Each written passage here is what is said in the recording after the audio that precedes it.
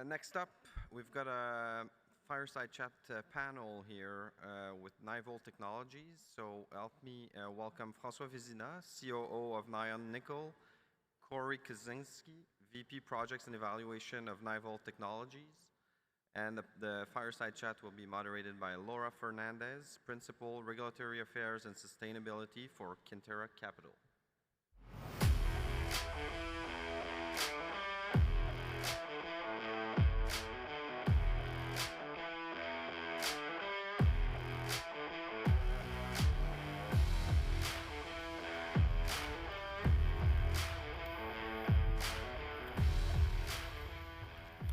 Bonjour tout le monde. My name is Laura Fernandez and I'm the Principal of Sustainability at Kinterra Capital.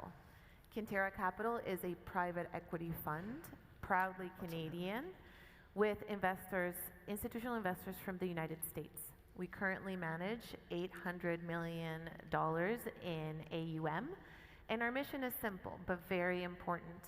We are here to invest in the critical minerals and the critical mineral infrastructure necessary to propel the energy transition. With this mission, we are also trying to get private capital and capital from the OEMs and PCAM producers to come to Canada in our projects. We are invested in Australia and the United States. But most importantly, today we are going to talk about our Canadian investments, which are in Quebec and we're extremely proud of. With me, I have François Vézina and Cory Kosinski. These two gentlemen lead our two portfolio companies. One is Dumont and one is NiVolt. The purpose here is to create a vertically integrated project that takes the feed from Dumont and processes it to an MHP product, mixed hydroxide precipitate, for the battery industry. So without further ado, I would love to pass it on to my colleague François so that he can tell us why Dumont. Thank you, Laura. When I started being approached by Kinterra, I was with another group, a mining group. I've been there for 15 years, and I was excited of the approach of Kinterra. I was fortunate enough to build, some of you would say crazy enough, to build several mines. I've built 5 mines before starting this project. I've been with the Kinterra group for the last 3 months. And what attracted me to the Kinterra group is the Dumont project. In the mining world, I'm sure in the years of experience I've gained, 25 years, a couple findings that I learned is mining is tough. I think everybody here that has really done, start of a project from, the exploration phase to, permitting, design, construction, and ramp up to operation will agree with that. If somebody says, no, my project is going to be easy, he doesn't know anything about mining. That's completely absurd. So mining is tough, and it's getting more and more complex with the years, with the permitting, the social acceptance. We're having now, I would call it evolution now, also with the nations that are getting more involved in the project. Second thing is, even if you have a great deposit, it doesn't guarantee that you're going to have success with your project. Third, and not the least, is, mining in today's world is a list of ingredients. To be successful, it's like doing a recipe. You need a list of good ingredients, and that's what excited me about the Dumont project. This is a mature project. It's been known since 2012. And the deposit is a huge deposit, an open pit, low-grade nickel and cobalt. It had a bit of platinum group. It was, designed at the early stage for the stainless steel market. The deposit in today has more than 1 billion tons in reserve. Out of that, there's 25% that are going to be measured resources right now. We've completed a drill program of 11 million this winter to put that number to about 25% of measured. Good jurisdiction, we've talked about Quebec. I think this is good. All Quebec is a good jurisdiction, but we're in the B2B camp. We won't need a camp for fly-in, fly-out personnel. B2B is known for its experience in mining. We have access to providers, to material, to contractors, so this is very convenient. So an area where we have infrastructure and we have also the know-how how to build projects. We've obtained our BAP in 2014, so it's been a while, but the BAP is still valid in today's world, so permitting is getting into the fine details of getting the list of 25 to 40 permits. Community support, we're right next to two small villages, town of Launay and Tresesson. We don't have any house to move compared to a previous project I was in, and we're about 25 kilometers away from the Amos town. Low carbon footprint, very lucky. Naturally, our rock, our waste rock, the serpentine, is able to absorb CO2. So that's a key function.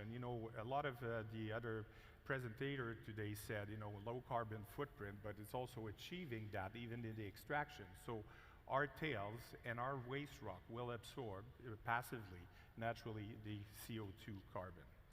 So those are some of the ingredients that I think make the project very interesting, Dumont. But key placing Dumont, I think, in top of the list for the critical and strategic mineral development in Canada, it's ready to go. We have our permit. Everybody knows in Canada, it's rarely less than 5 years to get permits. So we have that. This is still one of the largest nickel deposit undeveloped in the world.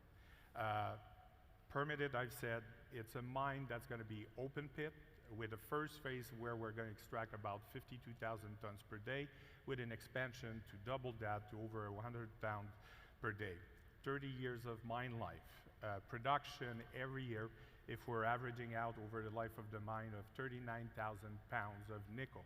So that's the equivalent of production for cars that will enable them, the car manufacturers, to produce about 780,000 battery for EV cars. Key, like everybody's here for, is financing. Thanks to Kinterra and the backup of investors in the United States. I'm not saying, everything is done for the financing, but this is an overall project with the second transformation of NiVolt of $2 billion Canadian, and the financing is going very well. We think we're going to be able to complete the first tranche, about $1 billion, in the next couple of months, and after that, it's going to be debt. But the project is on rail to get the financing and to start the actual execution. With that being said, I would pass the microphone to my colleagues, Cory. Sure. Thanks, Francois. I guess what getting involved with this project, what really excited me is that we're going to be building a first-of-its-kind facility that's tailored to the EV market and taking sulfide concentrate to the EV market. We're doing it in Canada. We're both doing the development work as well as executing it here, and that makes me, patriotism, ring that bell a bit. We're managing risk with our project through implementing commercially proven technologies that have been used in various sulfide processing and in the nickel industry globally. So we're keeping our risks low.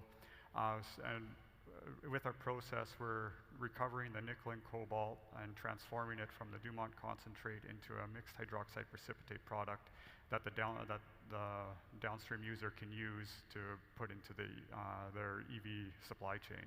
We're also exploring further transformation to nickel sulfate with some of our partners to see if we could add more value to the supply chain.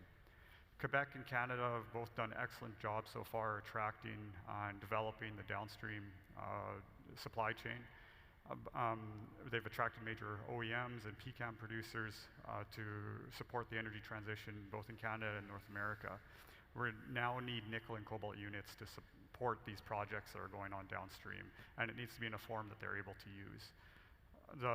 Both Dumont and NiVolt, we're satisfying both these things. We're adding both nickel units to the EV market and the nickel market, as well as transforming it into a high-quality mixed hydroxide precipitate product that could be used downstream. When we compare our product that we're going to be producing versus commercially available MHPs, we're both higher nickel grade and lower impurities, namely lower in copper, zinc, iron. These are typically difficult to remove downstream. This simplifies the processing for the downstream user, as well as reducing their cost to process the material and the waste generated from processing the material. So there's some knock-on effects to the downstream as well. The hydrometallurgical process that we're implementing has lower environmental emissions than conventional smelting of sulfide concentrates, as well as being located in Quebec gives us the benefit of a low carbon footprint energy supply for our process.